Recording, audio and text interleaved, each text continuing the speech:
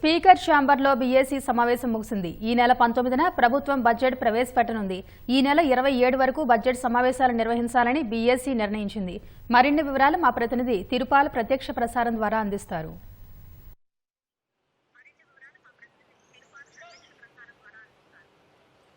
నరేసా, కొద్దిసేపటి కిందటే బీఎస్సీ సమావేశము ముగిసింది. దాదాపు గంట పాటు కొనసాగిన బీఎస్సీ సమావేశంలో అనేక అంశాలు చర్చకు వచ్చాయి. ఉప ముఖ్యమంత్రి బట్టి విక్రమార్క నేతృత్వంలో జరిగిన ఈ బీఎస్సీ సమావేశంలో ఈ నెల 27వ తేదీ వరకు బడ్జెట్ సమావేశాలు నిర్వహించాలని నిర్ణయించినట్టుగా తెలుస్తుంది. అదేవిధంగా ఈవేళ జరిగిన గవర్నర్ ప్రసంగానికి రేపు 13వ తేదీన, అదేవిధంగా 15వ తేదీన, అంటే 14వ తేదీ సెలవు కాబట్టి 13, 15వ తేదీలు 2 రోజుల పాటు గవర్నర్ ప్రసంగానికి ధన్యవాదాలు తెలిపే తీర్మానంపై చర్చ ఉంటుంది, సమాధానం ఉంటుంది. 16వ తేదీన ఆదివారం కాబట్టి ఆ రోజు సెలవు ఇచ్చారు. 17, 18 2 రోజుల పాటు ప్రభుత్వ బిజినెస్ కోసం రిజర్వేషన్ బిల్లులు, ఇతరతర అంశాలు ప్రవేశపెట్టేదానికి 17, 18 తేదీలను రిజర్వ్లో పెట్టుకున్నారు. అదేవిధంగా 19వ తేదీన బడ్జెట్ ప్రవేశపెట్టనున్నారు. 20వ తేదీన సెలవు, అంటే బడ్జెట్ ప్రవేశపెట్టిన మరుసటి రోజు సెలవు ఉంటుంది కాబట్టి సంప్రదాయబద్ధంగా 20వ తేదీ సెలవు. 21 బడ్జెట్ పైన సాధారణ చర్చ ఉంటుంది. 22 నుంచి 26వ తేదీ వరకు బడ్జెట్ పద్దుల పైన చర్చ ఉంటుందని చెప్పేసి స్పష్టం చేస్తున్నారు. 27వ తేదీన ద్రవ్య వినిమయ బిల్లు ఉంటుంది. ఆ రోజుతో సమావేశాలు ముగుస్తాయి. మొత్తం మీద సెలవులు పోను దాదాపు 2 వారాల పాటు కొనసాగే అవకాశాలు కనిపిస్తున్నాయి కాబట్టి 27వ తేదీ లోపల బడ్జెట్ సమావేశాలు మొత్తం కూడా ముగియనున్నాయి. అయితే మరి కొద్దిసేపటి కిందటే సిఎల్పి సమావేశము ఇది అసెంబ్లీ కమ్యూనిటీ హాల్ 1లో మొదలైంది. ముఖ్యమంత్రి రేవంత్ రెడ్డి అధ్యక్షతన ఈ సమావేశం మొదలైంది. ఈ సమావేశం గంటన్నర పాటు కొనసాగే అవకాశం ఉంది. అనేక అంశాలు ఈ సమావేశంలో చర్చకు వచ్చే అవకాశం ఉంది. ప్రధానంగా అసెంబ్లీ దాదాపు 2 వారాల పాటు కొనసాగనుండటంతో ఈ 2 వారాల పాటు ప్రతిపక్షాలు లేవనెత్తే అంశాలను ఏ విధంగా తిప్పికొట్టాలి, వాళ్ళకి ఏ విధంగా సమాధానం ఇవ్వాలి, ప్రభుత్వం అమలు చేస్తున్న సంక్షేమ అభివృద్ధి కార్యక్రమాలను ఏ విధంగా సభ ముందు ఉంచాలి, తదితర అంశాల మీద చర్చించే అవకాశం ఉన్నది. అదేవిధంగా ప్రతిపక్షాలు వ్యూహాలను తిప్పికొట్టేదానికి ఇక్కడ అధికార పార్టీ ప్రత్యూహాలను రచించే విషయంలో కూడా ఈ సిఎల్పి సమావేశంలో చర్చ జరగనున్నది.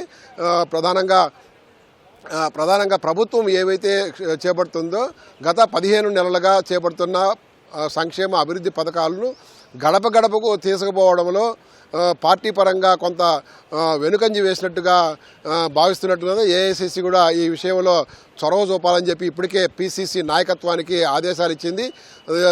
ఇందువల్ల ప్రతి ఎమ్మెల్యే కానీ లేకపోతే మంత్రులు కానీ అందరూ కూడా ఈ అంశాలను ప్రధానంగా గడప గడపకు తీసుకెళ్ళాలి. ప్రభుత్వం చేపడుతున్న సంక్షేమ పథకాలు కానీ, లేదంటే అభివృద్ధి పథకాలు కానీ, లేకపోతే ఇతరత్ర అంశాలు కానీ ప్రభుత్వం చేపిస్తే ప్రతిదీ కూడా గడప గడపకు తీసుకెళ్ళి పార్టీ బలోపేతం అయ్యేటట్టుగా చూడాలని చెప్పి కూడా చెప్పారు. దీంతో ఏదైతే సిఎల్పి సమావేశంలో జరగనున్న ఈ చర్చలో ఈ అంశం కూడా చర్చకు వచ్చే అవకాశం ఉండాలి. పార్టీ పరంగా అన్ని రకాల ప్రభుత్వానికి సహకారం అందించాలని చెప్పి కూడా రాష్ట్ర వ్యవహారాల ఇన్ఛార్జి మీనాక్షి నటరాజన్కు కూడా స్పష్టం చేసినట్టు తెలుస్తుంది.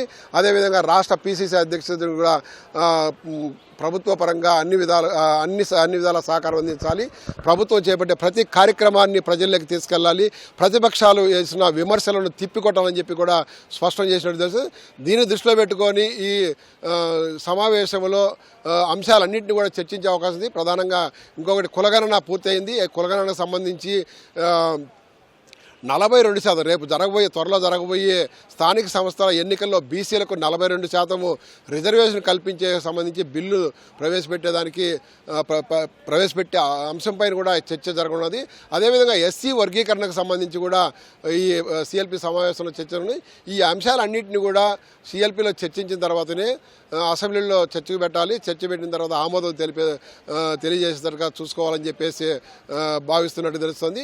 ఈ అంశాలన్నీ లోతుగా చర్చించడంతో పాటు బడ్జెట్ 19వ తేదీన బడ్జెట్ ప్రవేశపెట్టనున్నది కాబట్టి ఆ రోజుకు ఏ పద్ధతుల మీద బడ్జెట్ ప్రవేశపెట్టాలి, గత సంవత్సరం ప్రవేశపెట్టిన బడ్జెట్లో ఏ మేరకు ఆదాయం వచ్చింది, ఎంతవరకు ఖర్చు పెట్టారు, ఎందుకు అంటే కొన్ని పథకాలలో ఖర్చు పెట్టలేకపోతున్నాము తదితర అంశాలన్నీ కూడా చర్చించుకుంటారు.